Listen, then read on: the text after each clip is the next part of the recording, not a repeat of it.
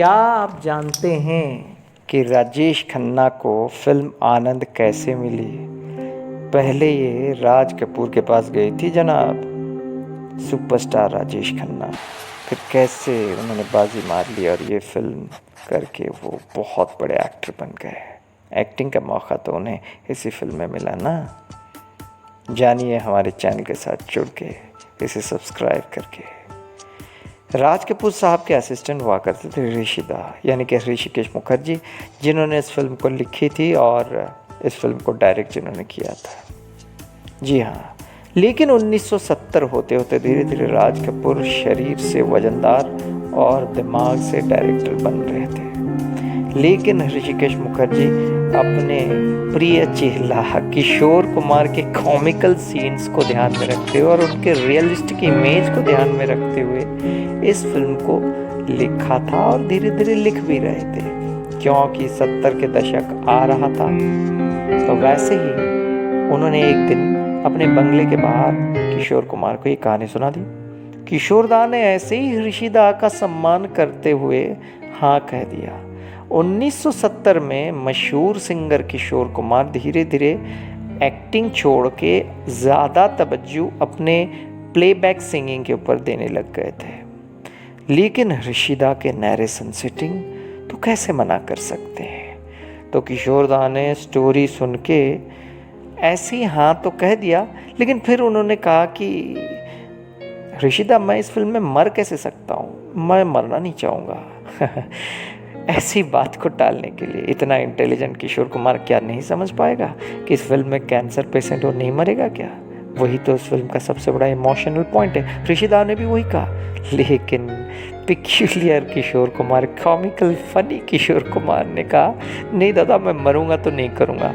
अच्छा ठीक है दादा, मैं अगली सिटिंग में आपके साथ बैठता हूँ और क्या क्या लुक होगा डिसाइड करते हैं। तो ऋषिदा समझ गए, वो तो किशोर है अपना, ऐसे ही करता रहता है, मैं तो उससे ही करवा के लूँगा ये फिल्म। तो उन्होंने कहा ठीक है, तो दादा मेरा लुक क्या होगा आप बता दीजिए, ऐसा कह के वहाँ से चले गए। उतने में किशोर कुमार एक साउथ की शूटिंग से वापस आ रहे थे। कुछ इनकम्प्लीटेड पिक्चर्स हुई तो वहाँ से आ रहे थे, तो उन्होंने अपने किसी निजी झगड़े की वजह से अपने वॉचमैन को कह दिया था कि भाई कोई बंगाली प्रोड्यूसर आएगा तो सीधा भगा देने का, नहीं तो नौकरी से तेरे को निकाल दूँगा। उनके हिदायत के मुताबिक जैसे ही ऋषिकेश मुखर्जी आते हैं तो ऋषि मुखर्जी सोचते हैं चलो किशोर के घर में जाके आगे की बात कर लेता हूँ, पैसों की बात भी कर लेंगे। और तो वो वॉचमैन उनको निकाल देता है। वो लाख कहने के बाद में भी वो वॉचमैन मानता नहीं। फिर परेशान होके ऋषिकेश मुखर्जी वहाँ से लौट जाते हैं और कहते हैं किशोर बच्चू, अब तेरे को दिखाता हूँ मैं, ये तेरी कोई चाल है। फिर किसी तरह से उनको फ़ोन करके कहते हैं कि भाई किशोर, तेरे को परसों आना है, परसों शूटिंग करनी है, आ जाना है, ठीक है, तू कर रहा है ये फिल्म आनंद।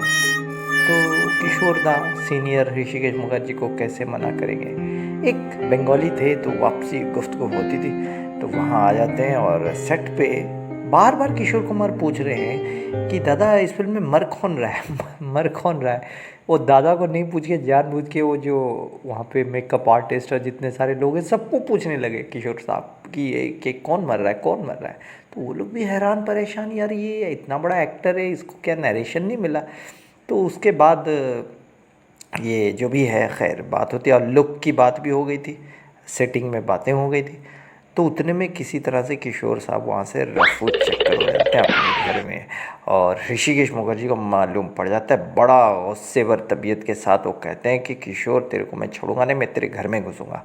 तो इस बार वॉचमैन का चक्कर नहीं रहता है, वो जाते हैं। तो किशोर दा अंदर से कहते हैं, दादा मत आइए, मत आइए, मत आइए, मत आइए, आप जो देखोगे देख के पागल हो जाओगे, दादा मत आइए, ऋषिदा मत आइए, ऋषिदा मत आइए। ऋषिकेश मुखर्जी घुस जाते हैं और देखते हैं किशोर ने अपने बाल मुंडवा लिया।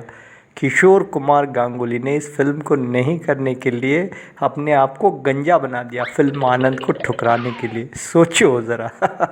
तो उसके बाद बोलते हैं, दादा अब क्या होगा, अब तो मैंने बाल काट दिए मैंने सारे। तो ऋषिकेश मुखर्जी गुस्से व तबीयत के साथ चले जाते हैं। तो फिर किशोर कुमार उन्हें और सताने के लिए उनके ऑफिस में जाके बोलते हैं, ऋषिदा अब क्या करोगे, अब डेट का क्या हुआ। अच्छा ऐसा है कि बाल आ जाएंगे मेरे 3-4 महीने में, उसके बाद मिलके करते ना इस फिल्म को। उसके बाद फिर ऋषिदा परेशान हो जाते, बोलते जाओ तुम यहाँ से, मैं किसी और से करवा लूँगा। ऋषिदा आखिर मान जाते हैं कि ये पिक्यूलियर किशोर जो चाहता है वो करके ही रहता है और करवा के ही रहता है।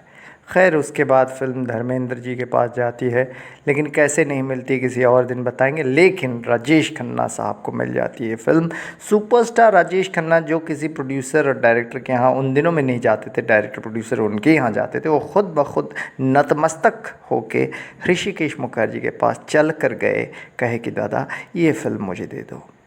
किशोर कुमार साहब जो कि आत्मा थे, राजेश खन्ना साहब की आत्मा हैं, उन्होंने जब मना कर दिया, फिर राजेश खन्ना साहब ने जाके हाथ जोड़ के कहा कि मेरा ये निवेदन है कि दादा ये फ़िल्म मुझे दे दीजिए, मैं करूँगा इस फिल्म को, इस कैरेक्टर को। और वो कैरेक्टर आनंद का कैरेक्टर, जिसकी वजह से राजेश खन्ना के नाम पर जाना जाता है, द राजेश खन्ना बन जाते हैं। ज़ाती ज़िंदगी में भी राजेश खन्ना ने आनंद के किरदार को भरपूर जिया। वो आनंद फिल्म जिसकी वजह से राजेश खन्ना जाने जाते हैं विश्व भर में, वो फिल्म उन्हें मिलती है किशोर कुमार की बदौलत। दरअसल इसमें एक बात है कि किशोर कुमार के दिल में जो राजेश खन्ना के प्रति जो श्रद्धा थी, दोनों के दरमियान जो वापसी ताल्लुकात, बेहतरीन ताल्लुकात थे, जो पवित्र प्रेम संबंध था राजेश खन्ना और किशोर कुमार के दरमियान, उसका नतीजा ये हुआ कि ये फिल्म उन्हें मिली है। कहीं ना कहीं किशोर कुमार के दिल में जो श्रद्धा थी काका के लिए, तो वो श्रद्धा का, वो मोहब्बत का एक हिस्सा काका की झोली में आनंद के रूप में गिर गया। काका जी और किशोर कुमार जी के दरमियानी मोहब्बत के किस्से हम आपको बताते रहेंगे, बहुत सारे भावुक पलों के बारे में बताते रहेंगे। आप जुड़े रहिए इस चैनल के साथ और इस पर अपना प्यार बरसाते रहिए। इसे सब्सक्राइब कीजिए कृपया। ओम साई राम, जय साईनाथ।